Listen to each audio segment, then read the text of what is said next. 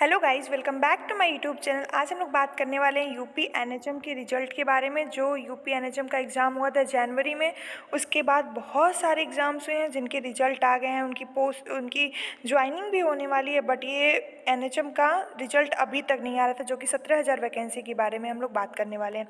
तो यहाँ आप लोग देख सकते हैं कुछ अपडेट्स आए हैं, कुछ न्यू नोटिफिकेशंस आए हैं उसके साइट्स पे, तो वही मैं आपको दिखाने आई हूँ। ये देखिए, कुछ नोटिफिकेशन जो है 19 तारीख को, यानी कल की तारीख में कुछ 17,000 वैकेंसी के लिए कुछ नोटिफिकेशंस आए हैं। तो चलिए बात करते हैं, क्या है ये नोटिफिकेशन, क्या बताने की कोशिश कर रहे हैं यूपी एनएचएम वाले। क्या ये रिजल्ट डिक्लेयर करने के लेकर के है, या फिर कुछ और नोटिफिकेशन ये लोग हम लोग को देने वाले हैं। तो चलिए देखते हैं।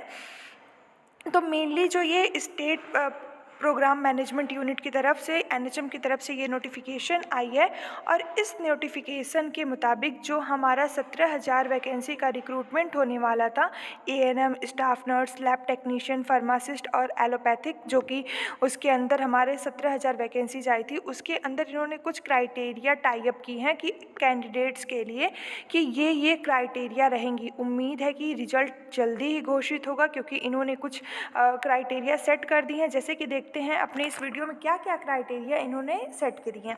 तो सबसे पहले कि कैंडिडेट्स अगर ज़्यादा नंबर पाते हैं, पहले क्या होता है कि कैंडिडेट्स जो होते हैं अगर सेम नंबर पाते हैं, कुछ कैंडिडेट्स, मतलब इसमें क्या होता है, चांसेस ज़्यादा रहते हैं कि सेम नंबर पाने के, तो उन कैंडिडेट्स के लिए इन्होंने कुछ रूल्स बनाए हैं। तो चलिए देखते हैं। तो सबसे पहले क्या है कि सबसे पहले यहाँ पे आप लोग देख सकते हैं, ए में लिखा है कि अगर कैंडिडेट्स एक ही नंबर पाते हैं, अगर वो लोग सेम नंबर पाते हैं, तो उनका सबसे पहले देखा जाएगा कि सेक्शन ए में उन्होंने कौन से लोगों ने ज़्यादा क्वेश्चन अटेंड किया है। जैसे कि हम लोग को पता होगा वहाँ पे 2 सेक्शन होता है, सेक्शन ए और सेक्शन बी। तो अगर सेक्शन ए नर्सिंग के होते हैं, सेक्शन बी जो होते हैं वो जीके के होते हैं। तो अगर सेक्शन ए में जिसका ज़्यादा नंबर रहेगा उसको वहाँ पे प्रायोरिटी मिलेगी, राइट।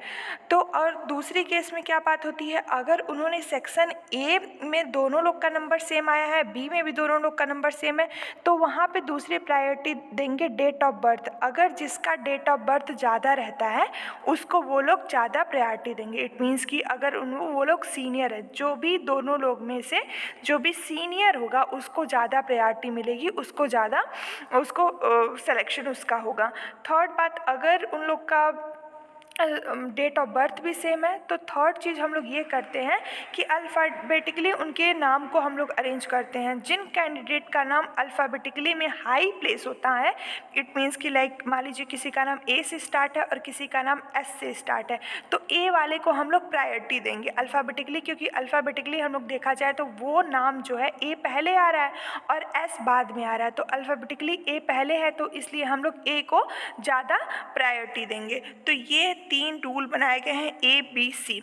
और अगर ये ए बी सी तीनों रूल को अगर फॉलो कर रहे हैं, इट मीन्स कि उनका ए में नंबर सेम है, ए बी कैटेगरी में, और दूसरी बात उनका जो है वो एज सीनियरिटी भी दोनों की सेम है, डेट ऑफ बर्थ भी सेम है, अल्फ़ाबेटिकली भी दोनों का नाम सेम है, तो डी कैटेगरी हमारी क्या फॉलो होगी।